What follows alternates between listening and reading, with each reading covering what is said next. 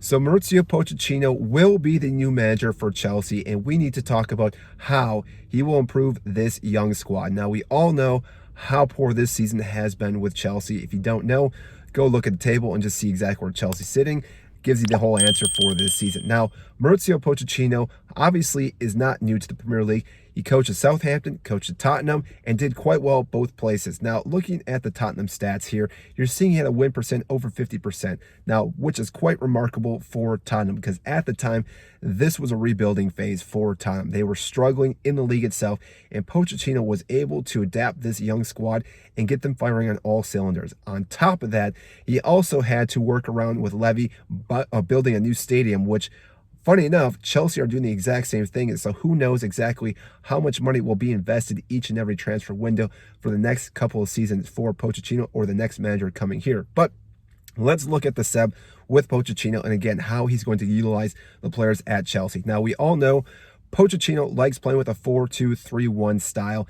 And this, again, has been known for a long time. Now, he can adapt to different styles, but more than likely, he's going to stick with this. Now, as you look at this sheet here, we are looking at a back four of Chilwell, Battlefield, Fofana, and Reece James. Now, this may be surprising for some people, but this makes the most sense because if we're looking at this young squad and Pochettino being a forward in the back, Thiago Silva is most likely not going to work out. Now, again, arguably our best defender, but he works better in a three-back system. And therefore, again, if we're looking at the back four, his pace is not going to be able to keep up with how Pochettino wants to play. So therefore, Wesley Fofana and Battlefield are most likely going to be the options because they have the pace and they're both good with playing with their feet. Now, looking at the midfield, I would understand this could be questionable, but really, the current situation that we have, Conte and Enzo Fernandez makes the most sense. Now, that's not saying that we will go out this summer and buy a CDM. I know Declan Rice has been obviously a top priority for Chelsea, along with a lot of other clubs, but still, right now, this would make the most sense. But having a proper CDM in this position would slot over Conte, which, again, I understand he's one of the best midfielders, but again, this frees up Enzo to be more creative in the midfield. Now, our attacking third, Pochettino really loves to have the inverted wingers, which, again, that's been the whole play style with most teams this year and the last couple of seasons. We've seen it at Liverpool. We've seen it at Manchester City. The same thing will happen at Chelsea here. On the left side, Modric makes the most sense, being so pacey. Yes, you could say Sterling could start there, but really, I think Modric makes more sense with how quick he is. It's very similar to Son when he was at Tottenham, and therefore, again, this is why I'm putting him on the left side. On the right side, Matawaki makes the most sense as well. Being a left-footed player, again, has the capability of dribbling the ball and makes the most sense on that right wing. Now, in the middle, you could argue here again, there's Kai Havertz as an option, but I think Nkunku is going to make the most sense coming from RB Leipzig. The man has been on fire. Looking at these stats that we're seeing right here, you're seeing how good he is now. Again, I'm comparing him to Mason Mount here, but again, the numbers themselves speak volume, and we all know how this season has been going for Kai Havertz, and we still don't know if he's going to be here next season. There's a possibility he may be sold, and if that's the case, we already have a position filled for, again, Nkunku, who really will take in this role and be very creative. Now, up top, this is the other thing, too. Broja would be our starting striker currently. Now, again, I understand he's not the best suited for this position, but looking at all the players, Romelu Lukaku is obviously not going to be an option, and Broja is going to be our number one. Fofana could also step here, but more likely than not, Chelsea's going to go out this summer and buy a striker. So, that being said, there are three players that really are going to be affected by this. The first one being Mason Mount, because currently in this formation, there really isn't a spot that Mason Mount could really slide into. Now, again, he is a very talented player and could easily step into any position, but still, right now, this makes the most sense. On top of that, Kai Havertz, like you talked about before, could also see himself on the bench because, like I said, all these other creative players may play over him, and this season hasn't been that good. And you could argue that the last couple seasons have not been good for Kai Havertz, but he has been playing as a striker, so we will give him the benefit of the doubt for that one.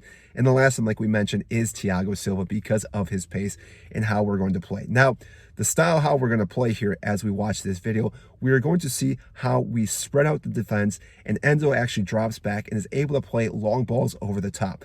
Now, this really reminds me of Cesc Fabregas. We had Matic next to him, and I think we could do the exact same thing with Enzo Fernandez as our midfielder, because we've seen him do it before this season, playing long balls, finding the wingers, and again, he's very, very good at long balls, but also very good at short passes as well. So what he can do is play with the defenders, play with the left wing back, right wing back, depending on what side he's on in the midfield, but also linking up with our attacking midfielders as well, which again, Enzo has been a shining star this season for Chelsea, and Pochettino is going to utilize that as much as possible.